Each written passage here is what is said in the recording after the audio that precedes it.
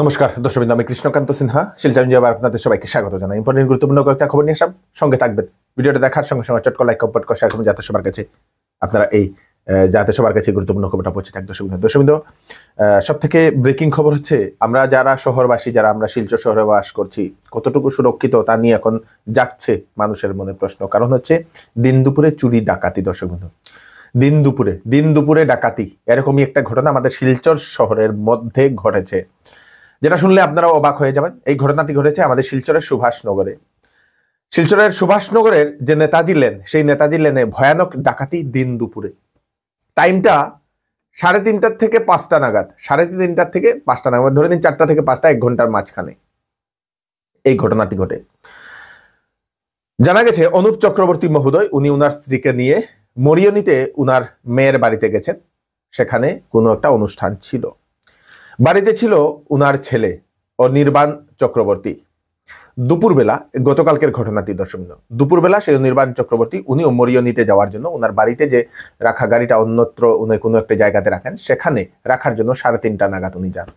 তারপরে 3:30 থেকে 5:30 নাগাদ উনি বাইরে ছিলেন। তারপরে 5:30টার সময়, যে সময় উনি ঘরে ঢুকেন, সে সময় উনি দেখে অবাক হয়ে যান ঘরের ভিতরে সবকিছু ভাঙ্গা, লন্ডভন্ড অবস্থায়, লকার ভাঙ্গা, জিনিসপত্র এলোমেলো।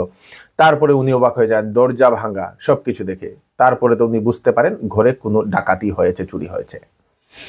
তারপরে উনি দেখতে দেখতে দেখেন পাকঘরের যে জানালা, সেই জানালার যে গ্রিল, সেই লাকড়িতে দেওয়া যে গ্রিল, সেই গ্রিল ভেঙে চুর ঢুকে ডাকাতির মতো চুর ঢুকে সবকিছু লুটপাট করে নিয়ে যায়। দর্শকবৃন্দ, তৎক্ষণাৎ পুলিশকেও খবর দেওয়া হয়েছে, পুলিশ ঘটনাস্থলে পৌঁছেছে, ফরেন্সিকের টিমও সেখানে পৌঁছেছে, পুলিশ এখন তদন্ত শুরু করে দিয়েছে। এখন প্রশ্ন একটাই, এই শহরের মাঝখানে যে এত ঘন ঘন চুরির ঘটনাগুলো ঘটছে, তাতে কি শহরের মানুষ সুরক্ষিত, তা নিয়ে জাগছে মানুষের মনে প্রশ্ন।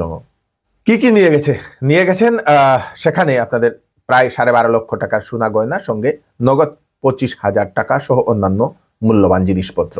সবচেয়ে খারাপ লাগে যে আজকে আমার দাদু ডিএসপি ছিলেন আসাম পুলিশের, আজকে উনার ঘরেই আজকে এত বড় একটা, এটা তো চুরি বলা যাবে না, কারণ চুরিটা না, এটা আমি যতটুকু বুঝতে পারছি এটা একটা ডাকাতি করেছে ওরা। আমার মা আর বাবা গেছে মঙ্গলবারে রাত্রিবেলা, ওরা মুড়িয়ানিতে, আমার বোনের ঘরে পুজো, ওরা মঙ্গলবারে রাত্রে মুড়িয়ানিতে গেছে।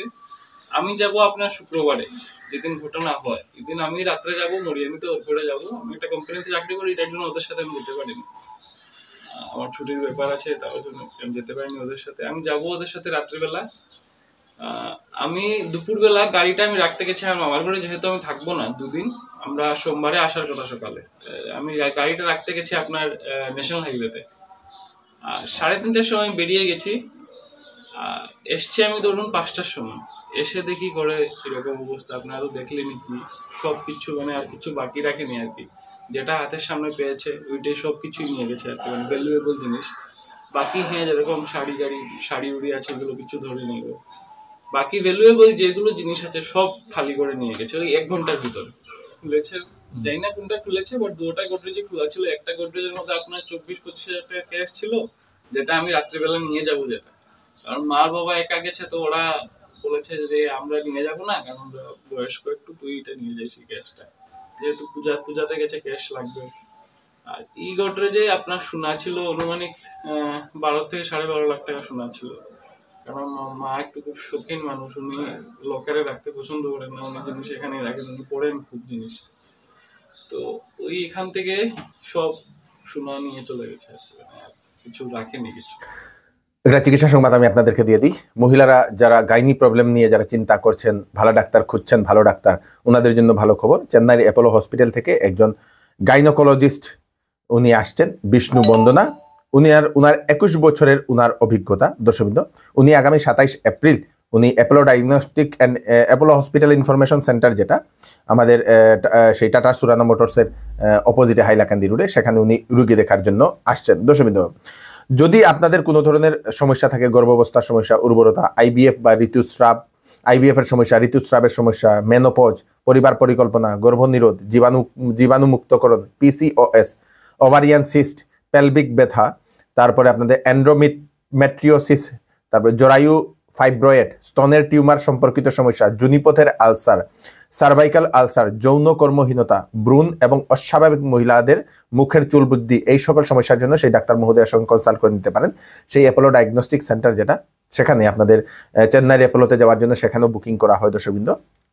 তাছাড়া সেই ডায়াগনস্টিক সেন্টারে সব ধরনের রক্ত, সব ধরনের পরীক্ষা যেগুলো থাকে সেইগুলা করা হয় দর্শকবৃন্দ। হোম কালেকশনও করা হয়। ফোন নাম্বার দিয়ে দেওয়া হয়েছে সিট বুক করার জন্য, এবং আপনাদের হোম কালেকশনের বুকিং এর জন্য একটাই ফোন নাম্বার 9957644441। এই নাম্বারে কল করে আপনারা ডাক্তার দেখানোর জন্য আপনারা সিট বুক করতে পারবেন। সেল সেল সেল, ঈদ এবং চৈত্র সেল 10 থেকে 50% পর্যন্ত ছাড় দেওয়া হচ্ছে চৌধুরী টেক্সটাইলে। 7,999 টাকায় কেনাকাটা করলে থাকবে বাম্পার গিফট, 14,999 টাকায় কেনাকাটা করলে থাকবে বাম্পার গিফট। অফার সীমিত 16 মার্চ থেকে 15 এপ্রিল পর্যন্ত। 10 দিনের ভিতরে কাপড় পছন্দ না হলে আপনারা টাকা ফেরত নিতে পারবেন। তাড়াতাড়ি করুন, চলে আসুন চৌধুরী টেক্সটাইল, ফাটক বাজার, গলি নম্বর 2, শিলচর। ওয়েডিং সিজন উপলক্ষে শ্যামসুন্দর জুয়েলার্স আপনাদের জন্য নিয়ে এলো HUID সার্টিফাইড হলমার্ক গহনার নিত্য নতুন কালেকশন, এবং সঙ্গে পাচ্ছেন সোনার গহনার মজুরির উপর 40% ছাড় এবং ডায়মন্ডের উপর 15% ছাড়। এছাড়াও এখানে পাবেন পুরাতন সোনার বিনিময়ে নতুন গয়না নেওয়ার সুযোগ। তাড়াতাড়ি চলে আসুন Shyamsundar Jewellers, central road, Silchar. Waqf সংশোধনী বিল, সেই সংশোধনী বিল অবশেষে সেটা আইনে পরিণত হলো।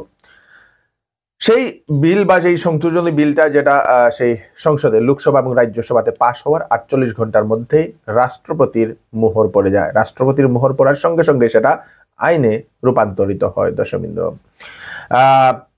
জানা গেছে সেই বিল প্রত্যাহারের দাবিতে আমাদের ভারতবর্ষের বিভিন্ন জায়গাতে মুসলিম ধর্মাবলম্বী লোকেরা ওনারা প্রতিবাদ সাব্যস্ত করেন। সেই বিলটা আসার পরে সেটা সেই আইনে পরিণত হওয়ার পরে আমরা জানলাম দক্ষিণ করিমগঞ্জে প্রায় 11টি গ্রাম পঞ্চায়েতের লোকেরা প্রায় 300 জন এজিপি দল ওনারা ছেড়ে দিয়েছেন বলে সেটা জানা গেছে সেই ওয়াকফ বিলের জন্য। তাছাড়াও আজকে আরেকটা খবর আসে, সেই ওয়াকফ বিল প্রত্যাহারের দাবিতে সুনাইয়ের ধনহরিতে মিছিল ও বিক্ষোভ সমাবেশও করা হয়েছে বলে সেটাও জানা গেছে দর্শকবৃন্দ। তাছাড়া আমরা সেটা যেটা জানলাম, সেই ওয়াকফ সংশোধনী বিলের প্রতিবাদে করিমগঞ্জের কানিশাইলে একটি বিশেষ সভারও আয়োজন করা হয়েছিল। সেখানে নেওয়া হয়েছে বিশেষ কয়েকটা সিদ্ধান্ত, সঙ্গে সঙ্গে জেল ভরো আন্দোলনের ডাকও দেওয়া হয়েছে।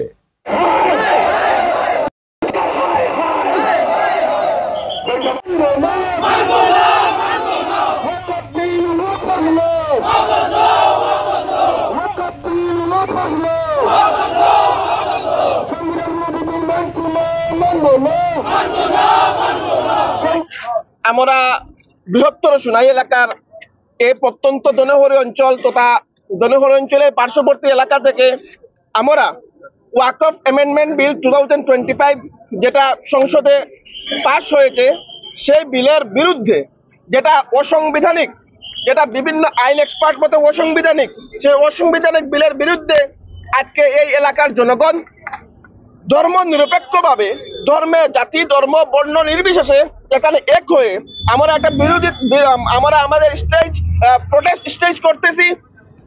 আমরা সরকারের কাছে শান্তিপূর্ণভাবে গণতান্ত্রিক পদ্ধতিতে এই বার্তা দিতে চাই যে সংবিধান বিরোধী এই বিলকে আমরা ভারতবাসী কোনো অবস্থায় মেনে নিতে পারছি না।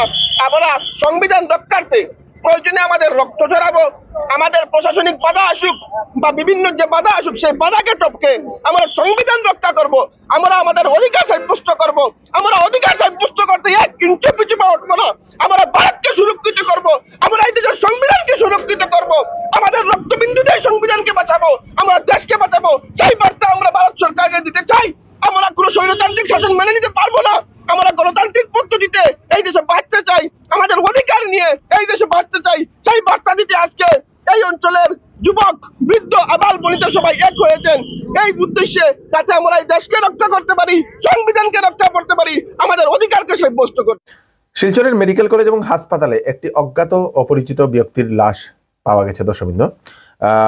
সেই লাশটিকে ঘুঙ্গুর থানাতে ওনারা হ্যান্ড ওভার করে দিয়েছেন এবং থানার আওতাতেই সেই 72 ঘন্টা থাকবে এবং থানার লোকেরা পোস্টমর্টমের জন্য পাঠিয়ে দিয়েছেন। 72 ঘন্টা থাকার পরে যদি কেউ পরিচয় দিয়ে নিতে চান তাহলে নিতে পারবেন, না হলে 72 ঘন্টার পরে সেই শেষকৃত্য সম্পন্ন করা হবে বলে সেটা জানিয়ে দেওয়া হয়েছে। দুদিন আগে শিলচরের রামনগরে যে দুর্ঘটনাগ্রস্ত হয়েছিল, দুর্ঘটনার কারণে প্রাণ হারিয়েছিলেন মা এবং ছেলে, শিশু সন্তান, এবং তাদের পরিবারের যে বাবা, সেই বাবাও শেষ নিঃশ্বাস ত্যাগ করেছেন শিলচর মেডিকেল কলেজ এবং হাসপাতালে চিকিৎসাধীন থাকাকালীন। দর্শকবৃন্দ, খুব দুঃখ লাগা একটি ঘটনা। রামনগরে একটি সেই অটো এবং একটি সেই ডাম্পারের মধ্যে, সেই মাটি গাড়ি যেটা থাকে, সেই মাটি গাড়ির মধ্যে মুখামুখি সংঘর্ষের কারণে একই পরিবারের 4 জন আহত হয়েছিলেন। তার সঙ্গে সঙ্গে সেই অটোতে থাকা আরেকজন যুবতীও, যে আইটিআইতে পড়তো, সেই যুবতীও সেই দুর্ঘটনাতেই প্রাণ হারিয়েছিলেন। মোট 4 জন প্রাণ হারিয়েছিলেন। একই পরিবারের প্রাণ হারিয়েছেন এখন একই পরিবারের 3 জন এবং আরেক যুবতী। স্থানীয় মানুষেরা সেই পরিবার যারা মারা গেছেন তাদের পরিবারকে সরকারের তরফ থেকে সাহায্য করার জন্য ওনারা আহ্বান করেছেন। তার সঙ্গে সঙ্গে যে মাটি গাড়ি বা ডাম্পার যে দিনে দুপুরে চলে, সেইগুলা দিনের বেলায় সেইগুলা বন্ধ করার জন্য প্রশাসনের কাছেও দাবি জানানো হয়। নমস্কার, আমি আমাদের কাছাড় প্রশাসনকে জানাইতেছি যে গত বৃহস্পতিবার রামনগর ন্যাশনাল হাইওয়েতে একটা 407 ট্রিপার এবং একটা অটোরিকশার মুখোমুখি সংঘর্ষ হওয়ায় ওই জায়গায় একই পরিবারের একজন 8 বছরের ছেলে শিশু এবং তার সঙ্গে তার মা স্পট ডেড হয়েছেন এবং সঙ্গে সঙ্গে তার বাবাকে শিলচর মেডিকেল কলেজে আইসিইউতে অ্যাডমিশন করা হয় এবং তাহার বাবা গত রাত্রি 12টা 10 মিনিটে শিলচর মেডিকেল কলেজে হসপিটালে মারা যান এবং ওই অ্যাক্সিডেন্টে একজন মেয়ে স্টুডেন্ট শ্রীকুনা আইটিআইতে পড়তেন, উনিও মারা যান এবং এক শিশু বর্তমানে সংকটজনক অবস্থায় আছেন। এখন অবধি প্রশাসন হইতে ওই পরিবারের সঙ্গে কোনো যোগাযোগ করা হয়নি।